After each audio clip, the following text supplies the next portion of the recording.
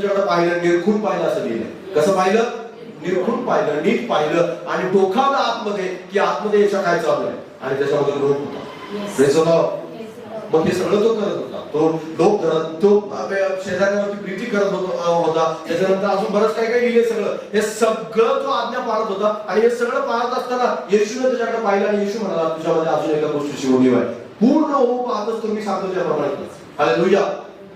बऱ्याच लोकांच्या जीवनामध्ये त्यांनी पर्याय शोधून ठेवले की मी प्रार्थनेला अमुक वेळेस येतो, बाकीचा पास्टर ज्याच्या बाबतीत जास्त तुम्ही चौकशी करू नका, कारण हा माझा आज्ञा पाळण्यासाठी पर्याय, खोटं बोलण्यासाठी त्यांच्याजवळ पर्याय आहे, आणि त्याच्यानंतर पवित्र जीवन न जगण्यासाठी त्यांच्याजवळ पर्याय आहे, आणि त्याच्यानंतर व्यसन करण्यासाठी त्यांच्याजवळ पर्याय आहे, देवाला दान न देण्यासाठी त्यांच्याजवळ पर्याय आहे, आणि चर्चला न येण्यासाठी त्यांच्याजवळ पर्याय, आणि अशा पुष्कळ गोष्टींसाठी त्यांनी पर्याय शोधून ठेवलेले. आणि अशा पर्यायांचं ते